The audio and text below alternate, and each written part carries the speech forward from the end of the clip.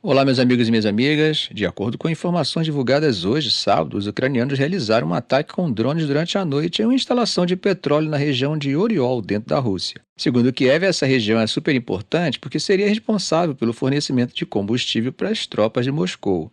Bom, o alvo foi a estação de controle de produção chamada Steel Horse, que fica a cerca de 170 quilômetros da fronteira com a Ucrânia. O governador local, Andrei Kishiko, confirmou o ataque. Ele disse que a instalação foi atingida causando um incêndio, mas que felizmente não houve vítimas.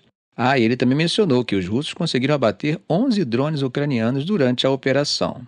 Bom, gente, como sabemos, para além dos recentes ataques com mísseis ataque MS dos Estados Unidos, a Ucrânia tem aumentado os ataques com drones dentro do território russo ao longo desse ano.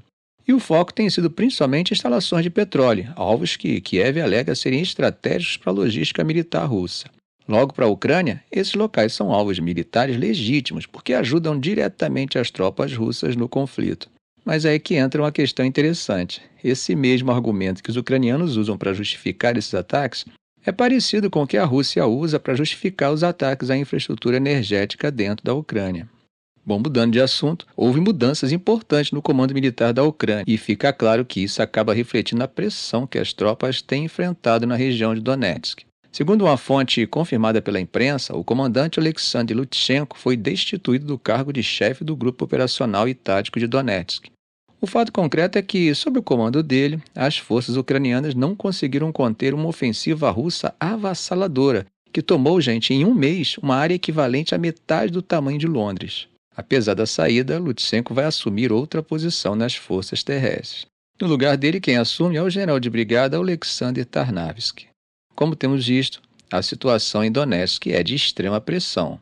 O general Alexander Sirski, comandante das forças ucranianas, falou diretamente de um centro de comando próximo à cidade de Pokrovsk, que é o coração das operações na região e também um ponto logístico fundamental.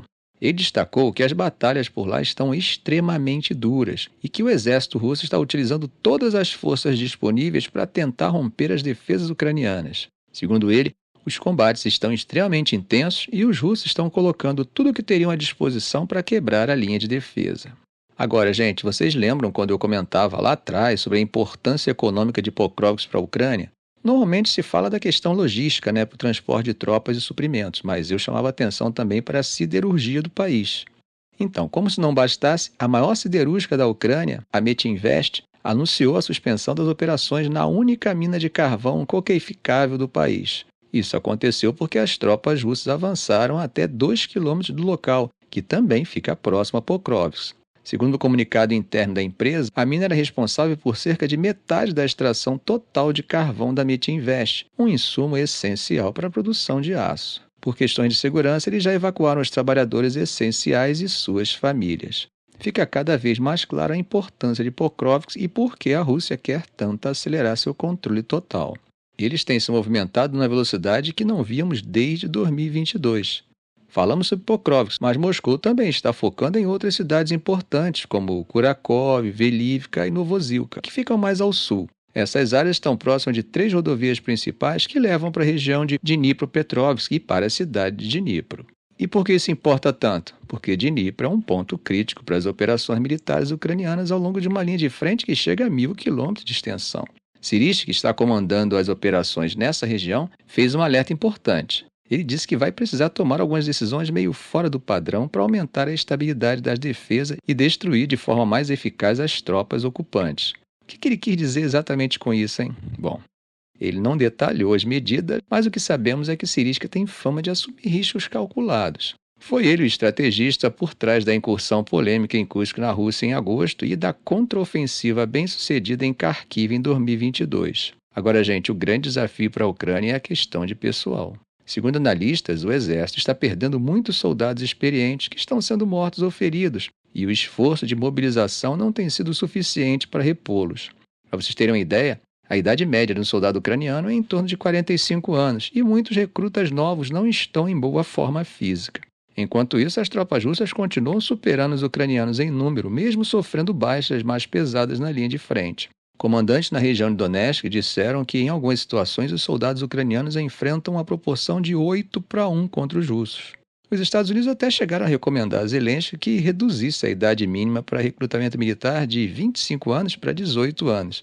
Era uma forma de tentar compensar essa falta de pessoal. Mas Zelensky se mostrou contra essa ideia e apontou outro culpado. Segundo ele, o grande culpado são os atrasos no envio de armas pelo Ocidente, que ele diz terem prejudicado a posição da Ucrânia no campo de batalha. Bom, já comentamos aqui no canal sobre o problema demográfico ucraniano e sobre as consequências de expor essa população jovem ao conflito. O problema, além de político, também compromete o futuro da própria Ucrânia, que já tem uma população extremamente envelhecida. Bom, gente, mudando de assunto, vamos dar um pulo na Coreia do Sul, que acaba de ter seu presidente impedido. Isso mesmo, Yoon Suk-yeol foi afastado de suas funções depois que a Assembleia Nacional votou pelo impeachment dele. Ele apareceu na televisão falando que isso é só uma pausa temporária e que ele nunca vai desistir. Disse que está frustrado porque sente que os esforços dele como presidente podem ter sido em vão, mas reforçou que a jornada dele com o povo não vai parar. Bom, gente, da primeira tentativa ele escapou. Dessa vez a votação foi bem expressiva. 204 votos a favor e 85 contra. Com isso, ele está suspenso e o primeiro-ministro Han Duck-soo assume interinamente enquanto o Tribunal Constitucional decide o futuro do mandato. Ah, e detalhe, se o impeachment for confirmado, o país tem que organizar eleições presidenciais em até 60 dias. Até dentro do partido do presidente, o Partido do Poder Popular, o apoio a ele não é mais unânime. Apesar da diretriz oficial ser contra o impeachment, muitos membros acabaram votando de acordo com a consciência. E isso aconteceu após um discurso de Yoon onde ele prometeu lutar até o fim e atacou duramente os críticos. Esse discurso pode ter sido o estopim para a mudança de humor dentro do próprio partido. Vocês lembram da Park Geun-hye, né? Pois é, ela também enfrentou impeachment em 2017. Mas dessa vez a situação é bem mais grave.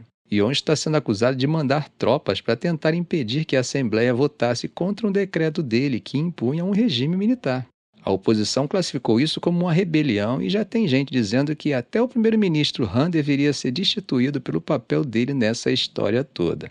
E não é só dentro do parlamento que a tensão está alta. Milhares de pessoas foram para as ruas em Seul pedindo a destituição de Yoon. Quando o impeachment foi aprovado, a galera comemorou muito. Um manifestante até chegou a dizer que estava feliz agora, mas que isso era só o começo, que ele ia lutar até que ele seja preso e punido. É interessante lembrar, gente, o que Simon Anderson, da Human Rights Watch, comentou. Ele disse que esse impeachment é um lembrete de como a Coreia do Sul quase voltou ao regime militar. Mas o povo e os legisladores se levantaram para proteger a democracia. É um exemplo claro da importância dos freios e contrapesos para evitar abusos de poder e tentativas de autogolpe. Bom, gente, mudando de assunto, como será a relação de Donald Trump com o Irã? Bom, se considerarmos o passado, a relação dele com o Teherã não vai ser nada amistosa. Vocês lembram do acordo nuclear de 2018? Pois é, Trump saiu daquele acordo dizendo que ele era prejudicial para os Estados Unidos. Na opinião dele, aquele acordo fortalecia o Irã, que é visto como adversário geopolítico direto. E aí já foi uma atitude bem assertiva de Trump, mas não ficou por ali. O episódio que mais chamou a atenção foi em 2020, quando Trump deu a ordem para o assassinato do general Qassem Soleimani lá no Iraque.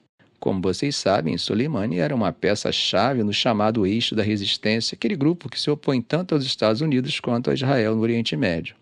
Esse ataque acabou elevando as tensões a níveis bem altos, com o FBI e a CIA alertando sobre possíveis retaliações do Irã, inclusive em território americano. E olha só, Trump nunca escondeu que acredita ser necessário conter o Irã e enfraquecer o tal eixo da resistência.